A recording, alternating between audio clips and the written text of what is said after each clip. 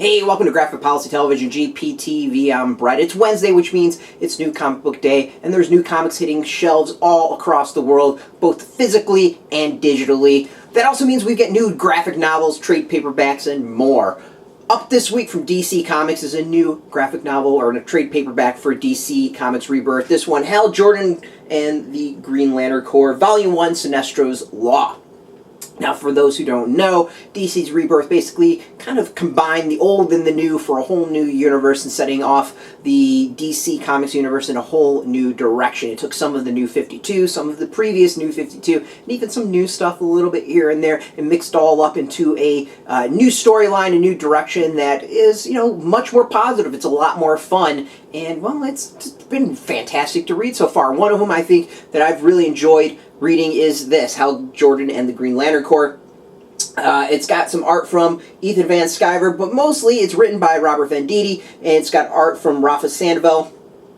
Collects issues 1 through 7, plus the Hal Jordan and the Green Lantern Corps Rebirth special. It's 8 issues, so that's about $24 at whatever, $2.99 an issue, and then this costs $17.99 US, so you're saving a decent amount with this one. You're actually getting a hell of a deal, I think, compared to the rest. You're packing in a lot and saving a lot of money at the same time. Instead of $16.99, which a lot of them have been, this is $17.99, but you get an extra issue off of that. So 24, $18, you're saving $6, 2 issues for free. It's a pretty freaking good deal if you ask me. Now, the story. For those who haven't been paying attention, there's two main, there's actually not two main, there's just straight up two comics for Green Lanterns in this DC Rebirth. One is the Green Lanterns that focuses on Simon Baz and Jessica Cruz, the two Green Lanterns of Earth, and then this one, Hal Jordan, the Green Lantern Corps, which is kind of resetting the status quo of Green Lantern in the DC universe as a whole.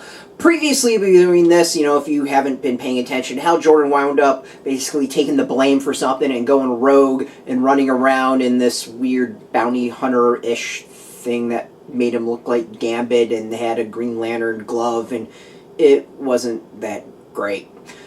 But what was cool is the Green Lantern Corps itself got thrown into the past of this DC universe, the universe before the present universe. There's a lot of universes, and that universe was dying and falling apart, and they had to escape. Did they make it out? Well, we didn't know at the end of that miniseries, but this tells the answer. And the answer is, yeah, of course they escaped. Jon Stewart, for all those main characters that you love, are back in the main DC universe trying to figure out where the hell they are and where they go from there. Hal Jordan thinks he's on his own. No one really knows what happened to the Green Lantern Corps. They just up and disappeared.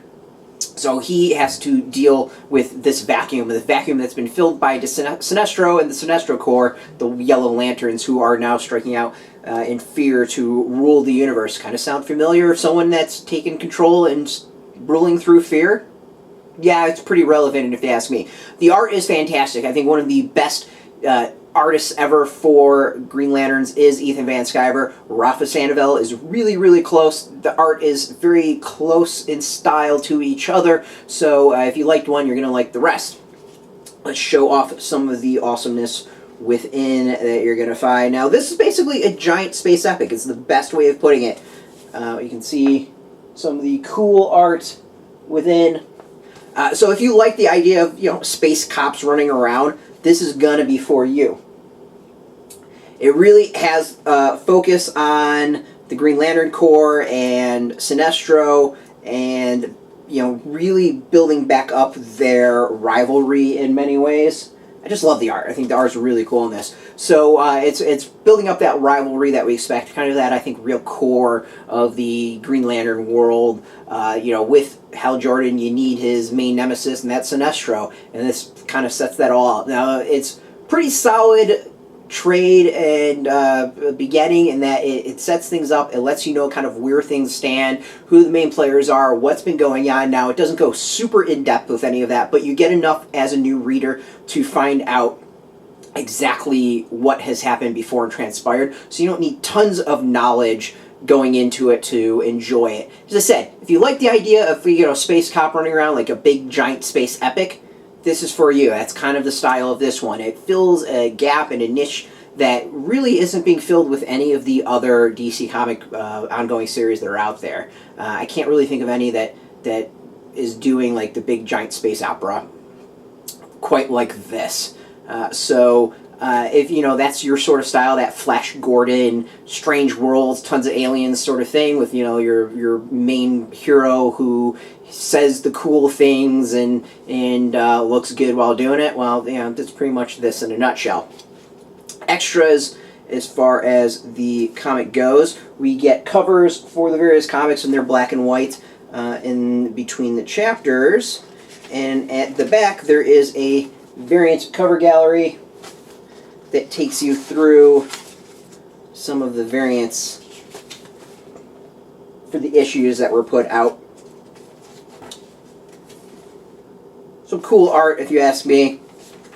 And then we also get some solid sketches within where you can look at the line art before it's all covered, which I think is pretty damn neat if you ask me.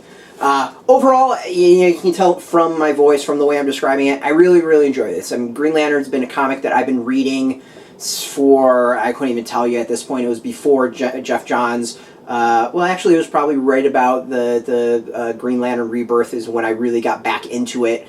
But I've been reading Green Lantern for a long, long time. Twilight, was it Twilight Struggle, all that stuff. Hal Jordan going crazy, Kyle Rayner coming on board. That was back when I was reading it in the 80s, 90s, somewhere around there, and been going pretty strong ever since. So, seeing this, I really get a feeling as an old school reader, I consider myself. This has got a lot of sense of that. I'm enjoying it a lot, so I'm very happy to kind of see the series return to form in more traditional roots than where it was going before, which was not quite what I would expect for the series, nor did I really enjoy a whole lot. It was in kind of the down. So as a whole, as I said, if you like this idea of a space opera, you should go check this out. I want to thank DC Comics for the hookup, who provided this free copy to go and read and do a promotional video like this.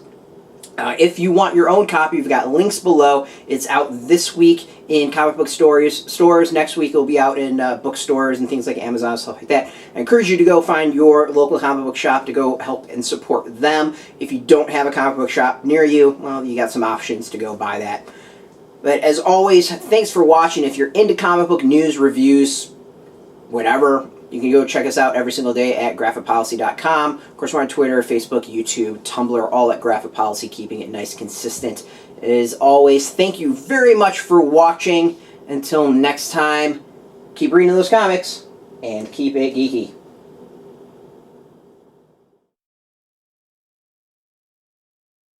Hey, thanks for watching the previous video from Graphic Policy Television. Just by watching, you help support our site. Thank you so much. Now, if you're watching these videos, you probably care about geeky things like movies, television, comic books, toys, games, video games, you name it. You can go and subscribe right now to our YouTube channel to stay in touch and catch all the new videos, or check out our website at graphicpolicy.com. There's a nice link on this end of the video. But as always, thank you for watching. Keep on rocking and keep it geeky.